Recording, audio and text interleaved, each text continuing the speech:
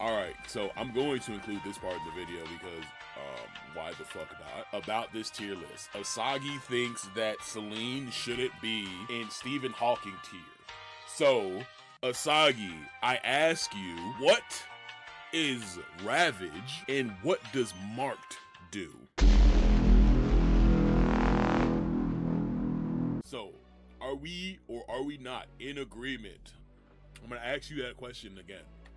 And you have to answer me what those two things do, and then how do those two things benefit the rest of your team, and what type of team does Selena slot into? Matter of fact, this is another question for you, Asagi. Amir needs to be on the tier list because Amir is one of those units that you need to read in order to use her effectively. This is the tier list, YouTube. I hope you like it. Hello, my name is TsucchieKage. I'm the official content creator for Chaos Zero Nightmare and Epic 7, and I went ahead and created this wonderful tier list earlier on stream at twitch.tv/TsucchieKage in my wonderful chat, and we went over this just as a small ease of use tier list. This isn't going to be a who's the best, who's the strongest. It's more so of what unit can you pick up and play easily as a new player or someone who's never played a card game, well, a deck builder, card battler type game like Chaos Zero Nightmare. So we're gonna go ahead and start off with the room temperature IQ tier. If you see someone pop up in the bottom right hand corner named Dirty Asagi, pay attention to none of his comments. Anywhoosies, let's get into it. So first things first, we're going to start over here with Magna. Magna and Calipe are kind of the gruesome twosome. You put these two units together, you put it on auto, and you unga bunga. Honestly, honestly, that's all those two units are worth. So that's why they're kind of next to each other, because all you have to do is give them shield, let them counterattack, and go burr. And to a lesser extent, so is Maribel. Like, Maribel is technically in a league on her own when it comes to what she can actually do, but when paired to these units, you just stick Maribel into a team. She gives you a lot of shield, she counterattacks, huge. Hugo, pretty simple. His Call of the Hunt skill, you just slap him onto a team. You have a lot of individuals that have low tier action cards, well, attack cards I should say, not action cards, they changed that. And he pops off. Once he gets the 5 stacks, he gets to do the bigger damages. Barrel, if you played Chaos Zero Nightmare during the closed beta test, you knew from the jump that Barrel was an amazing, she's an amazing single target DPS if you're taking her against units that are weak towards her type. Outside of that, she really doesn't provide that much value outside of I do big number if you can play my cards in the right order. That's literally it. It's activate unique card to summon 2 action cards that then do damage if played in the correct order. Good job. Mika. If you don't know how to play Mika at this point in time, I don't know what to tell you. But you should go seek God. Tressa, Agony, Big Unga Bunga. Already swinging other side classic. What do you mean, Asagi? Don't even start with me. All right, buddy boy. Tressa, you already know Agony is busted, Agony is broken. Tressa is a secret 5-star in the game. You can never change my mind about that. Moving on, Veronica. Dog, if you need to learn how to play fucking Veronica, we need to have a conversation. We genuinely do. Veronica is literally all you have to do with that unit.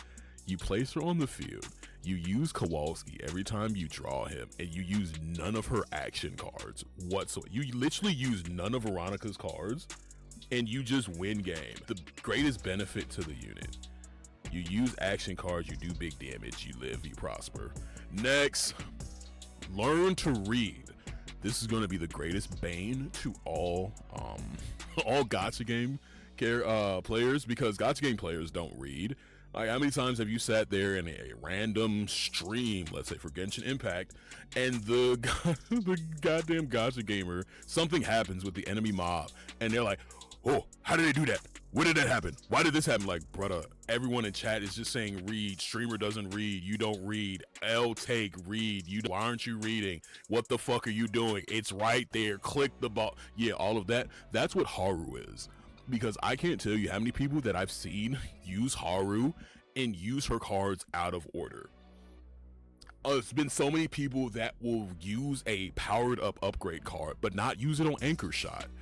Use it on a completely whiffed basic card, and then call themselves, you know, the #1 Haru stan on NA server. And it's just like, yeah, no, stop. But yes, essentially just play Haru's cards in order.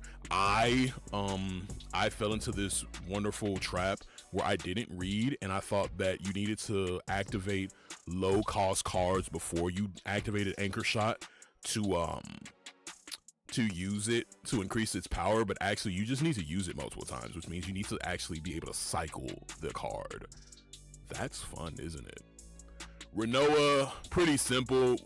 Once you actually learn what her cards do, and you just figure out the difference between exhausting a card and discarding, you can work around her bullet mechanics. Because when you actually think about it, the bullet system for Rinoa is pretty simple.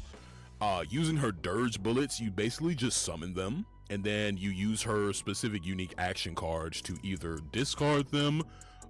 You can burn them in your hand, which would then also discard them, causing them to utilize the same end of turn action that you would get out of units such as Lucas or Veronica, but it's more damage.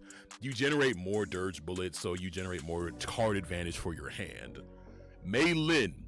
With Mei Lin, she's the premier combo character for CZN. So she basically wants to combo a bunch of her basic and special attack cards to then deal more damage and ramp up.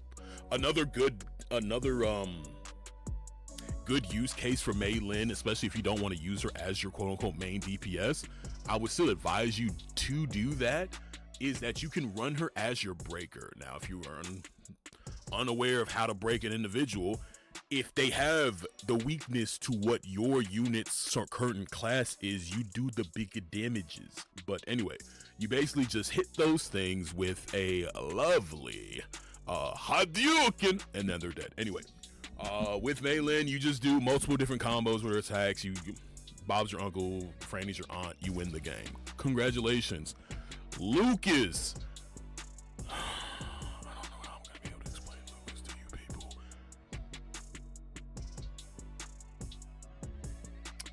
Lucas is... This is gonna get me into a bunch of hot water, and I don't care. Lucas is the sucrose to Chaos Zero Nightmare. And just look at what's about to pop up on your screen and you'll understand exactly why Lucas is just so fucking good. Will I go into further detail about the unit? No, I will not, because everyone talks shit about Lucas and his brother Luke for whatever reason. Just no one likes these two characters, and I just feel like in the lore of the story, okay, I'm showing my bias here, but in the lore of the story and actual like playing the game, these two units are absolutely busted. And if you are if you're a Kayron main, I'm just gonna let you know this right now. Lucas and Veronica are two of Kayron's best supporters, like in the late game. For the simple fact that if you're playing a certain specific style of Kayron, which is exhaust Kayron, but we can get to that in another video. The next, Amir. Amir, you need to learn how to read, because you need to learn how to gain the metallized stacks and then utilize the metallized stacks to then get the damage reduction and deal damage to the enemy units, and how that ties in. So let's say you want to run a counterattack Amir. So let's say you use Amir as your secondary or sub DPS, or hell, if you're one of those people and you want to run her as your main DPS in your team. Being able to understand how her cards synergize and how to gain advantage for the shields and who to use, it requires a little bit of thought. You actually have to think about it. Now, Ray is really a room temperature IQ unit if you're just using her as a sub DPS. But if you're using Ray as a support buffer, she becomes very difficult, and you actually have to learn to read this unit, because not only does Ray have upgrade cards that upgrade the action cards for the units that you utilize, she also has a small usability when it comes to being a secondary healer, shielder, buffer. But you know, it all depends on how you, the player, wants to build them. But straight out of the box, just looking at her save data, you would think, okay, this is a unit that is insular. You would think that Ray is a unit that will buff her own cards to then buff her damage, but you would be wrong. She's actually a unit who you want to use to buff other combatants' cards to then buff their damage. And Lucas is just Lucas King Kong. I don't think he's just Lucas. I feel like Lucas and Luke are okay. I'm gonna say this right now. Give CZN about 6 months and you're gonna see so many people that are gonna be Lucas mains. I'm telling you this right now. I'm not Lucas, Luke mains.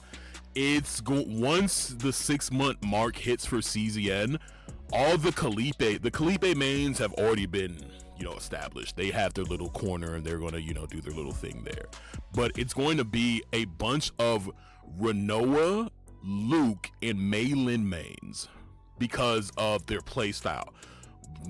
Maylin because it's just fun. She's just a fun unit to look at. Renoa, she just does the bigger damage. And then Luke, trust me, think about this. Not you, royalty. I mean, that's not you, but a lot of these people, because here's the thing, right? A lot of gacha game players, they want something that's easy. Like a lot of these gacha game players, they want to pick up something and it just does big damage and they can go about their day. That's why they liked units like, Raiden Shogun and Acheron, but they don't really like, the technical units. Now, like, they like them for their cute Dami Mommy aesthetic, but that's about it. Let's see here. This is King Kun, because I completely missed it. Ray's flexible. She can be room temp, learn to read, or Stephen Hawking, depending on who you pair her with. Yup, you are absolutely correct. And thank you, because now I'm gonna have to cut that out of the video and add that in the Ray section. I love you. Anyway, before we get distracted and get off point, we have Kayron. You think I'm coping? Crazy. El Clasico. You think so? Okay, we'll bet on it. Asagi, I will bet you a gifted sub. If I win, you have to gift a sub. If you win, I'll gift you a sub. I know everything from you. Yeah, sure. The guy that works out hours a day and then doesn't play the game. Anyway, Kayron, you need to learn how to play Kayron. You need to read. You need to know when to actually utilize your futility cards and when to use your action cards. With a unit like Kayron, you need to actually go into all of his unique cards, go through all of his epiphanies, and figure out, okay, this is the build path I want. These are the units that can assist me in this build path. These are the cards that I need to make this build path as effective as possible. Okay, let's go. Kayron is, if I was to do anything, I would put Kayron at the top of Learn to Read or at the bottom of Stephen Hawking, for the simple fact that he is legitimately a spreadsheet unit. Kayron is a legit Excel unit. You have to sit there and say, okay, I want to do exhaust Kayron. Alrighty, how do I want to then access and activate my cards to then get exhausted? Do I want them to be activated in hand? Do I want them to activate at the end of the turn? It's all over the place, honestly.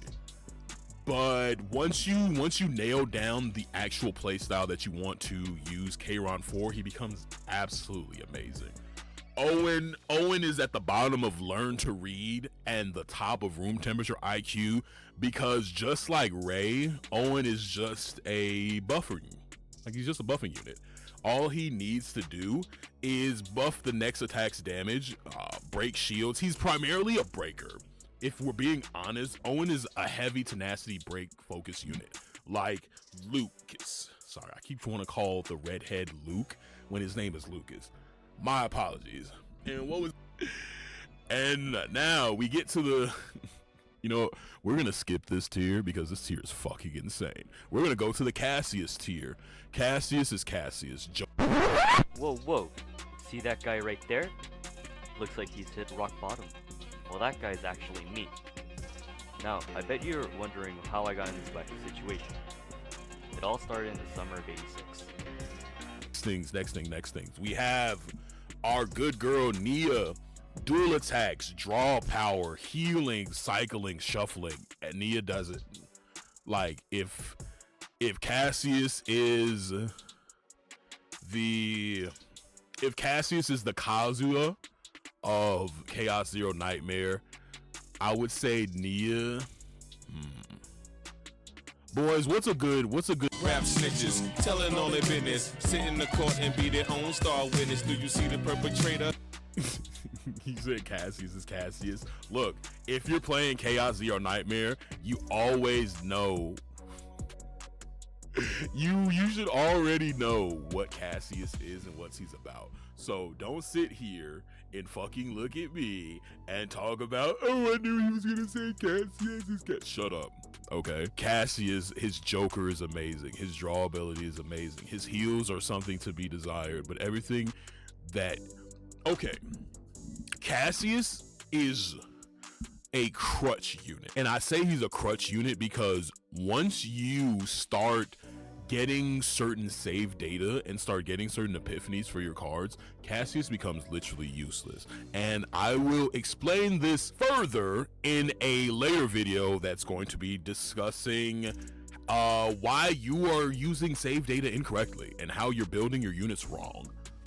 But anyway, moving on to Nia, we already talked about her briefly, the dual attacks, the healing, everything in regard to that. She's just a very fantastic unit. All right, the meat and fucking potatoes.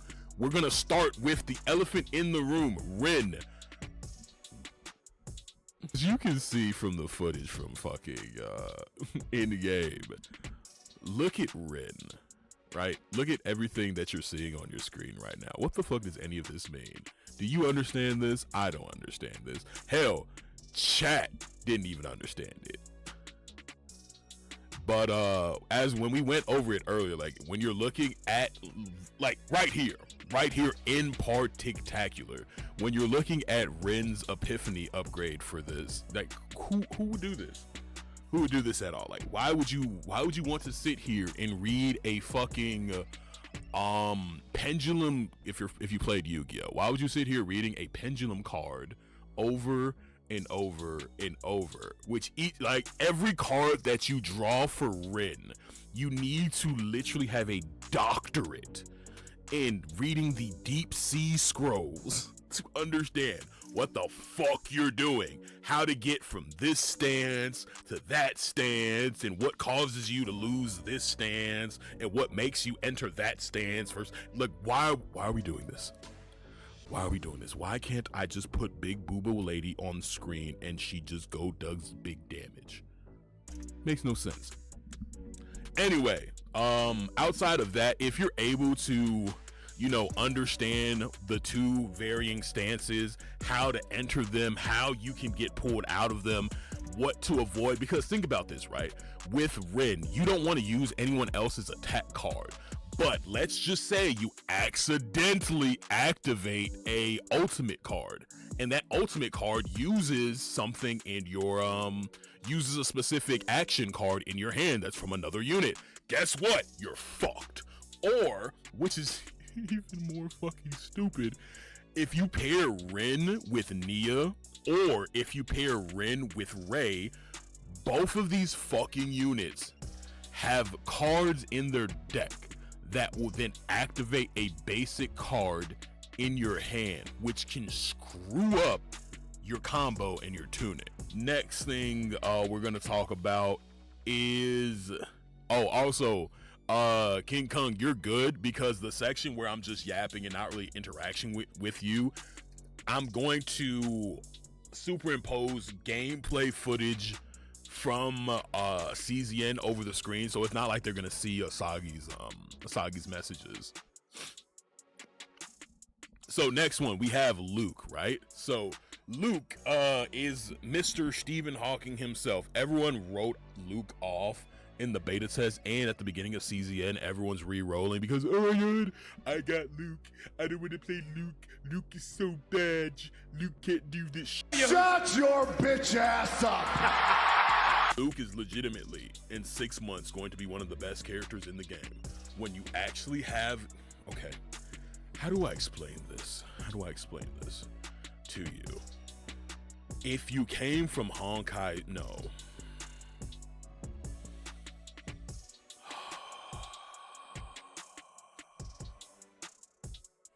If you come from any gacha game where there's a character that requires a certain stat line to be effective, that doesn't make them bad, that makes them technical.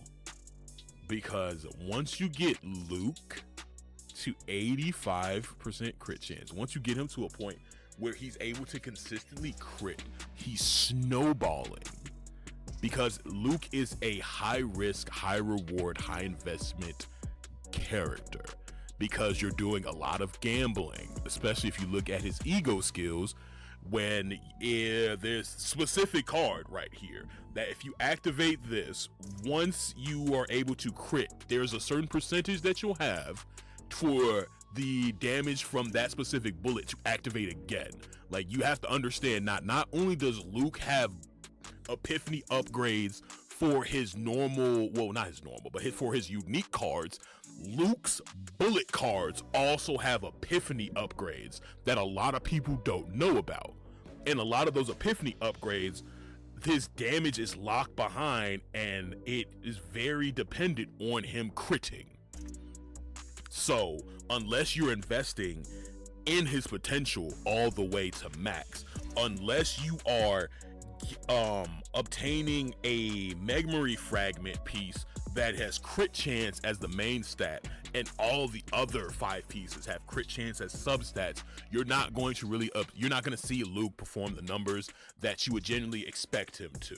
Move on to Selena. Now, a lot of people are going to look at Selena and say, why is Selena here? Selena should be, if anything, learn to read, because she's just a support. Ask you this.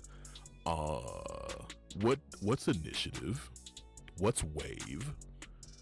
What's ravage? We all kind of figure out. We got understanding what tenacity is, but what's ravage? What does marked do? What is what's morale? What's inspiration? Are you starting to see these things? Why a unit like this, whose entire kit has all of these, their entire kit has all of these words in it, all of these concepts that aren't easily explained unless you literally deep dive to say, okay, marked allows me to have increased, okay, cool, this ravage means that they are broken, so they're gonna take more damage, okay, how do you chat, this is everybody, I'm gonna ask this to you guys, do you know how to stun a unit in Chaos Zero Nightmare? Have you ever while playing Chaos Manifestation randomly stunned a unit and was just like, oh, well, that's nice, I don't know how that happened, but I'm just gonna fucking go with it? Yeah, that's Selena in a nutshell. Because Selena, so when you look at Selena's cards, right, especially what's being showed on your screen, when you look at them, you think, oh, well, that's not a lot of text. That doesn't mean any. What do the terms mean? Like, just think about this. If you were to just go into a astrophysicist's fucking lab and they handed you a manual for understanding how to decouple quarks from a I don't know, a neutron bondage. I don't fucking know, I'm just making some shit up at this point. And they gave you a manual on how to figure that out, and it's very simple. It's just saying increase the increase the delimiter's latitude range motion from 34 degrees by 72 knots. And you're just sitting like, oh, okay, so I have to do this. And then you look at the fucking machine and you're just like, okay, which button knob twisty thing does this? That's Selena.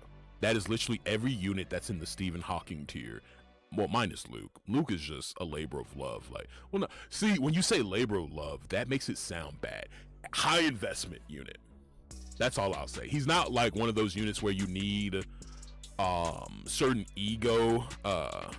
Like, you don't need certain copies of him. You just need to invest in him, like, as a base unit. Now, last one. This unit, you need a fucking doctorate to play Orlia properly, because there's a lot of people that out there that, you know, is rumbling, tumbling, fumbling, or some of the people that will play. Okay, I'm getting ahead of myself. Orlia is a unga bunga room temperature IQ unit when all you're doing is generating the creation cards to then throw them away. But if you're trying to use Orlia effectively, you actually have to read. You actually have to understand what Softy, Swifty, and Tuffy do. You have to understand which order to activate Softy, Swifty, and Tuffy in order to maximize her damage. And then you have to then pair that with whatever unique card you're using to then buff the damage for Softy, Swifty, or Touchy. So, hope that helps. I'll say that if you received any of the units in row 1 or 2, well, 1, 2, and 4, you're fine. Now, they may not be your cup of tea, but at least you'll be able to easily learn them, figure out which units they pair well with, and then go.